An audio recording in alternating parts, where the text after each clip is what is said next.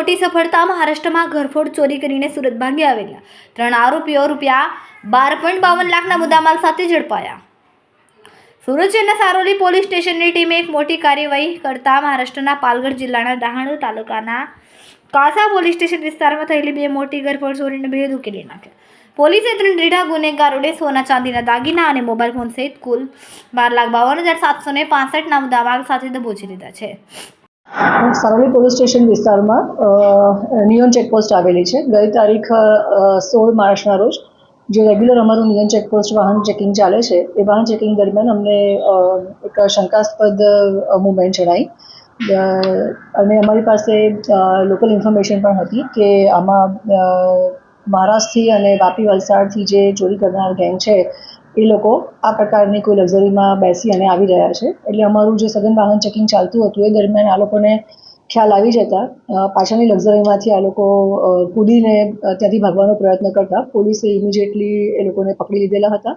એમની પાસેથી જે મુદ્દામાલ રિકવર કર્યો છે એ આશરે 12.5 લાખ જેટલો છે, જેમાં સોના ચાંદીના દાગીના પણ છે। અને ઇન્ટ્રોગેશન દરમિયાન ખબર પડી છે કે મહારાષ્ટ્ર રાજ્યના જે પાલઘર જિલ્લો છે ત્યાંનું ડહાણુ તાલુકાના કાસા પોલીસ સ્ટેશન વિસ્તારમાં 2 ફરિયાદ દાખલ થઈ છે ઘરફોડની, જેનો જે આ મુદ્દામાલ છે એ મુદ્દામાલના જે ફોટોગ્રાફ્સ છે અમે મહારાષ્ટ્ર પાલઘર ખાતે જે કાસા પોલીસ સ્ટેશન છે ત્યાંના અધિકારી સાથે શેર કરતાં ખબર પડી કે ત્યાંના જે ઘરફોડ કરી છે એ જ મુદ્દામાલ આ છે। એટલે અને કાસા પોલીસ સ્ટેશનના મહારાષ્ટ્રમાં ગુનો પણ દાખલ થયેલા છે 2 ઘરફોડના। એના આધારે આ ત્રણેય જે આરોપી છે જેનું નામ છે રાજેશ મદનલાલ માલવી, જેની ઉંમર છે 29 વર્ષ, જે મજૂરી કામ કરે છે, જે ગામ ચડોલી તાલુકો નીમચ અને મધ્યપ્રદેશનો રહેવાસી છે। બીજો આરોપી છે દિલખુશ ઉર્ફે દિલ્લુ પપ્પુ બાછડા કર્માવત, જેની ઉંમર 23 વર્ષ છે, જે મજૂરી કામ કરે છે અને જે પીપલિયા રૂડીરાવજી થાના મનાસા મધ્યપ્રદેશમાં રહે છે। ત્રીજો આરોપી છે જે અંકિત મુકેશભાઈ ગોદાવન, જેની ઉંમર 25 વર્ષ છે, જે મજૂરી કામ કરે છે અને જે ગામ સડોલી થાના નિમચ મધ્યપ્રદેશમાં રહે છે।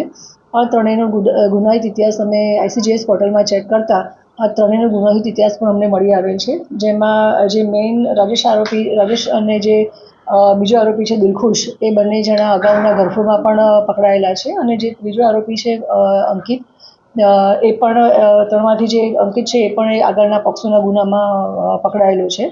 સો જે અત્યારે આપણે ટેકનોલોજીનો યુઝ કરી રહ્યા છે ડિપાર્ટમેન્ટમાં, એમાં પણ ICGS પોર્ટલમાંથી અમને એમનો આગળનો ગુનાહિત ઇતિહાસ મળેલો છે, જેના આધારે અમે આ લોકોને અટક કરેલી છે। મુદ્દામાલ પણ અમે રિકવર કર્યો છે અને નિયોન ચેકપોસ્ટ જે સારોલી પોલીસ સ્ટેશનમાં લાગે છે ત્યાંના જે PI છે સંદીપ વેકરિયા, ત્યાંના જે અમારો સર્વેલન્સનો સ્ટાફ છે ASI ધનંજય, સર્વેલન્સ PSI મેદપરા છે, બીજા અમારો ત્યાં જે રેગ્યુલર નિયોન ચેકપોસ્ટ ઉપર ચાલે છે વાહન ચેકિંગ, એમાં જે એમની શિફ્ટ હતી એ વિપુલસિંહ અને વિલેશભાઈએ બહુ જ એલર્ટનેસ બતાવી અને વાહન ચેકિંગ દરમિયાન આ સરસ ડિટેક્શન અમારું થયેલું છે, જે સંદર્ભે અમે ત્યાં જે થાના છે કાસા થાના ત્યાં પણ આ માહિતી શેર કરી છે અને આરોપીને પણ અમે હેન્ડઓવર કરીશું।